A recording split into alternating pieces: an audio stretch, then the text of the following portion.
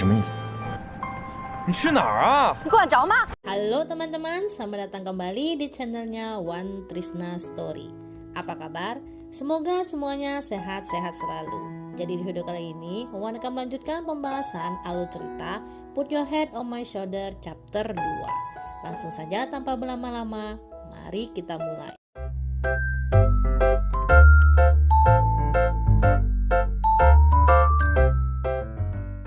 Di chapter sebelumnya, Momo yang berada di rumah sakit karena Momo yang terluka atas insiden tasnya dijamret, merasa kecewa dan sedih atas tindakan Fufe yang sibuk dengan mengambil resep obatnya, melupakan Momo dan meninggalkan Momo sendirian di kursi rodanya.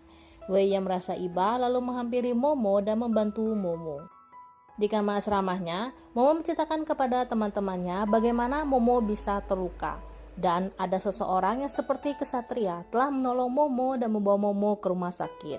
Wei yang sampai di labnya lagi-lagi didatangi oleh Guru Su dengan alasan Guru Su ingin memperhatikan kehidupan belajar murid yang paling berbakat di kampusnya. Wei yang mengetahui maksud dari kedatangan Guru Su yaitu untuk membujuk Wei agar Wei mau bertemu dengan Profesor Chiang, menolak dengan mengatakan Wei akan melakukan percobaan. Karena Guru Su mengatakan ingin memperhatikan Wei belajar, Wei beralasan untuk melakukan sebuah percobaan dibutuhkan kacamata. Namun kacamata di labnya hanya ada satu, yang padahal kacamata di lab Wei lebih dari satu. Momo yang akan pergi ke tempat wawancara yang sebelumnya, Momo gagal pergi ke tempat wawancaranya karena insiden tas Momo yang dijamret melewati lapangan basket. Fufe sedang bermain basket melihat Momo lalu memanggil Momo. Kejadian ini pun membuat Momo terkenang di waktu SMA dulu. Momo melewati lapangan basket lalu Fufe memanggil Momo. Di waktu ini, Fufe mengatakan kecocokannya dan mengajak Momo berpacaran setelah selesai lulus nanti. Jika Momo menolak, maka Fufe akan memukul Momo dengan bola basketnya. Senang dengan perkataan Fufe yang mengajak Momo untuk berpacaran, namun setelah selesai lulus nanti, Momo pun mengiyakannya. Sampai detik ini, Momo masih menunggu ajakan berpacaran dari Fufe. Fufe yang mengetahui Momo akan pergi wawancara di tempat sebelumnya yang membuat Momo terluka, merasa khawatir dan ingin menemani Momo pergi. Terlihat di raut wajah Momo yang merasa senang karena Fufe ingin menemani Momo. Baru saja Momo merasa senang, lagi-lagi Momo kecewa, Fufe tidak bisa menemani Momo karena ada urusan. Namun Fufe tidak merasa tenang jika Momo pergi seorang diri, menyuruh Momo menunggunya di halte bus. Ketika Momo menunggu Fufe di halte bus, ternyata yang datang bukanlah Fufe melainkan Wei. Fufe menghubungi Wei untuk meminta bantuan Wei menemani Momo pergi wawancara. Sebenarnya Fufe mengkhawatirkan Momo karena adanya pertandingan basket, Fufe tidak bisa menemani Momo pergi wawancaranya. Tentu saja Wei menolak, namun Fufe mengancam akan menyebarkan video saat Wei latihan militer dulu, yang dianggap Wei video ini sangat memalukan baginya.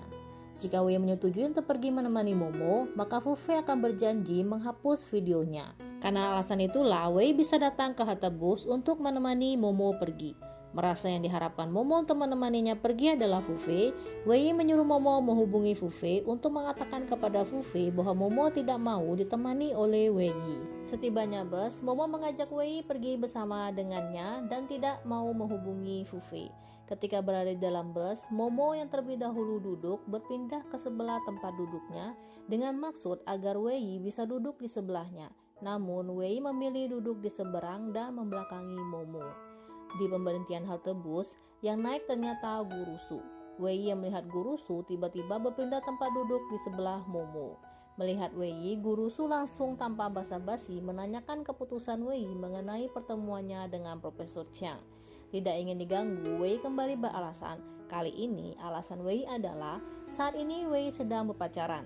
Untuk keputusannya nanti akan Wei pikirkan. Bingung dengan perkataan pacaran dari Wei, Momo berusaha membantu Wei dengan mengiyakannya. Guru Su lalu memperkenalkan dirinya kepada Momo dan menjelaskan sebelumnya ada ujian pemilihan yang sangat penting. Namun Wei tidak bisa ikut ujiannya karena Wei tidak membawa kartu ujiannya. Rencana Guru Su memberi Wei kesempatan untuk terakhir kalinya, yaitu membujuk Profesor Chiang. Namun Wei menolak karena menganggap itu tidak adil bagi peserta lainnya. Sampai di pemberhentian bus berikutnya, Guru Su yang telah sampai harus turun. Sebelum turun dan pergi, Guru Su meminta Momo yang dianggap Guru Su sebagai pacarnya Wei untuk membujuk Wei bertemu dengan Profesor Chiang. Sampailah di tempat wawancara Momo. Momo pun mulai memasuki ruang gedung wawancara dan harus menaiki tangga karena lift gedung tersebut rusak. Kejanggalan dirasakan Momo ketika memasuki ruang wawancaranya. Atasannya melihat surat lamaran Momo, jurusannya adalah akuntansi, mengatakan jurusan Momo tidak cocok dengan kriteria yang mereka cari, yaitu jurusan periklanan. Lalu menyuruh Momo pulang dan menunggu kabar dari mereka. Wei dengan sabar menunggu Momo hingga wawancaranya selesai. Selesai wawancara, Momo tampak murung. Melihat Momo murung, Wei ingin memberikan roti kepada Momo. Namun Wei tidak jadi memberi rotinya karena tiba-tiba Momo mengucapkan terima kasih kepada Wei karena sudah menemani Momo. Untuk mengucapkan rasa terima kasihnya, Momo ingin mentraktir Wei makan. Mendengar penolakan Wei, Momo terus meyakinkan Wei dengan mengatakan, anggap saja Wei menemani Momo makan. Ketika perasaan seseorang sedang tidak bagus, orang tersebut butuh makan. Lucunya, Wei malah berkata perasaan Wei baik-baik saja. Sebenarnya, Wei telah mengetahui perasaan Momo sedang tidak baik-baik saja. Karena itu, Wei berniat untuk memberi Momo roti. Yang akhirnya, Wei bersedia diajak Momo makan. Di sini, Momo dan Wei pun menghabiskan waktunya bersama-sama. Sekembalinya Wei ke asrama sekolah, Fufi menanyakan hasil wawancara Momo kepada Wei. Karena Momo tidak mengangkat panggilan dari Fufi tersebut. Dan tiba-tiba Fufi menanyakan kepada Wei, apakah menurut Wei Momo cantik? Terlihat di sini, Wei gugup dengan pertanyaan yang dilontarkan Fufi tersebut. Biarpun Wei mengelak dengan berkata tidak mengetahuinya karena Wei tidak memperhatikan Momo kepada Fufi, namun jelas di sini Wei mengenang saat-saat menghabiskan waktunya bersama Momo. Dan Wei mendengar komedi yang disukai Momo.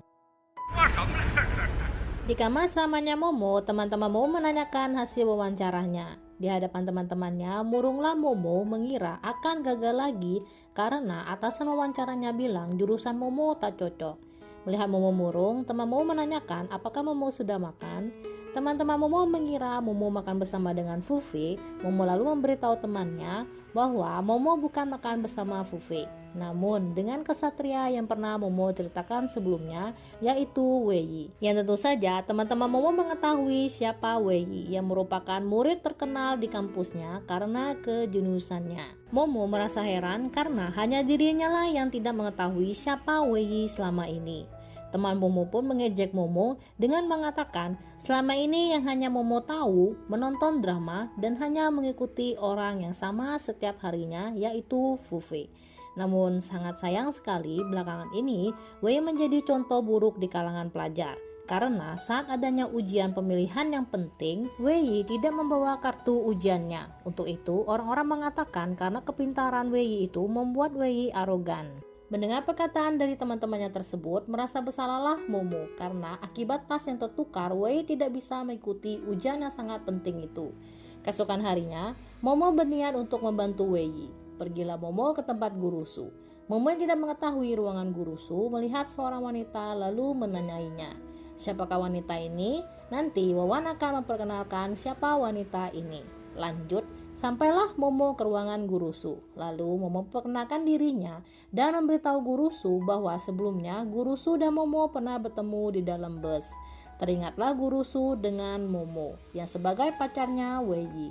Wanita yang menemani Momo pergi ke ruangan gurusu kaget mendengar percakapan gurusu dan Momo tentang Momo adalah pacarnya Wei.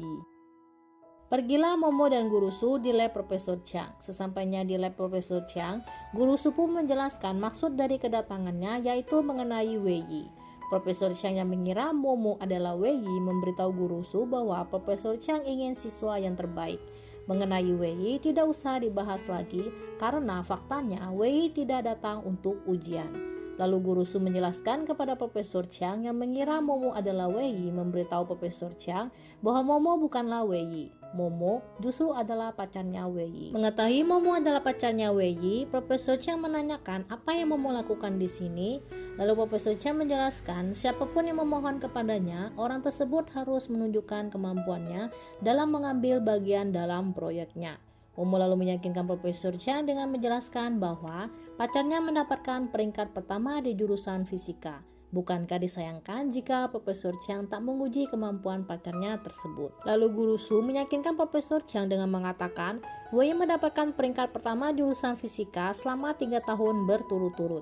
Jika Wei diambil oleh profesor lain, maka takut Wei diambil oleh profesor lainnya, Profesor Chiang pun menyetujui Wei mengikuti proyek eksperimen dari Profesor Chiang tersebut jika Wei dapat menyelesaikan satu set soal mahasiswa S3 untuk dilihat Profesor Chiang sampai di mana level Wei. Mendengar Profesor Chiang menyetujuinya, dengan senangnya Momo pun pamit dan bergegas menemui Wei di asramanya dengan meminta bantuan kepada Fu Fei untuk mencari Wei. Merasa Momo memperhatikan Wei Yi, Fu Fei tiba-tiba menanyakan hal yang hampir sama dengan Wei Yi kepada Momo, yaitu apakah menurut Momo Wei tampan? Hah? Lalu Fu Fei pun mengantar Momo menemui Wei Yi. Sesampainya Momo dan Fu Fei di lab Wei Yi, Momo terkesima ketika melihat Wei Yi.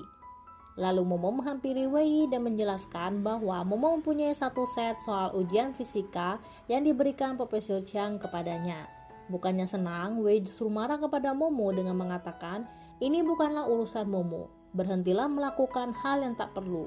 Semua ini tidak ada hubungannya dengan Momo.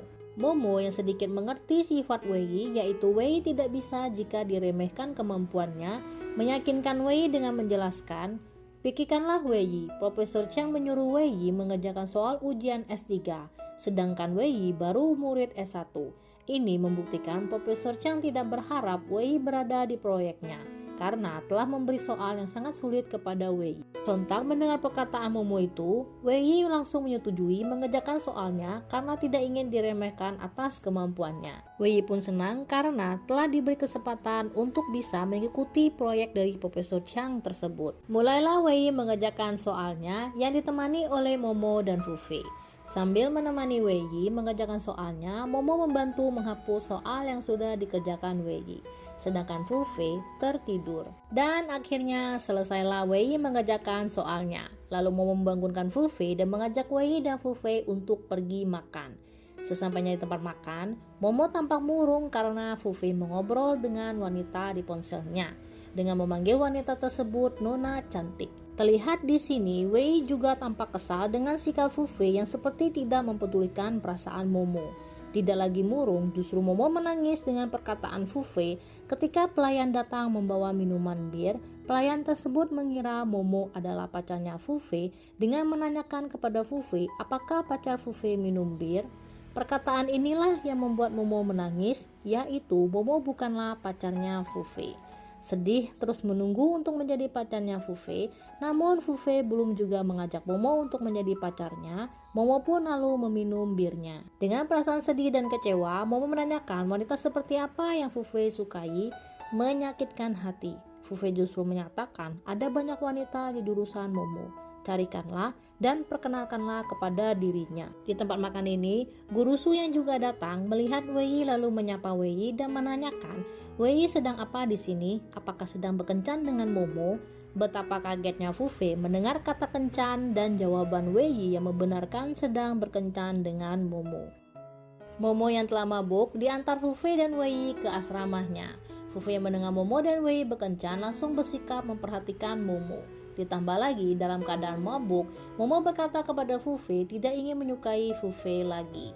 Sesampainya di depan asrama Momo, Fu Fei meluapkan kekesalannya dengan menyuruh Wei menjelaskan sebenarnya apa hubungan antara Wei dan Momo. Wei menjelaskan ada kesalahpahaman waktu kejadian Wei dan Momo bertemu dengan Guru Su di bus saat menemani Momo wawancara.